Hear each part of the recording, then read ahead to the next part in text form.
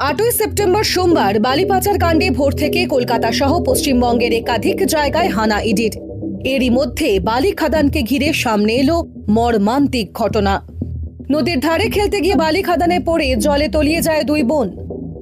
ঘটনাটি ঘটেছে নন্দীগ্রাম বিধানসভার বয়াল 2 নম্বর গ্রাম পঞ্চায়েতের জলপাই এলাকায়।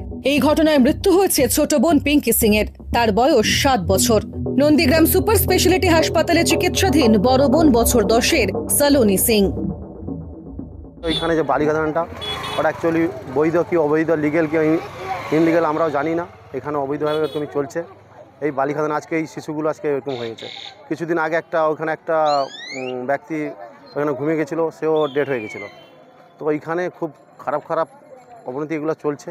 এগুলো আমি চাইছি যে প্রশাসনের কাছ থেকে প্রশাসনের দ্রুতভাবে স্টেপ নেয়।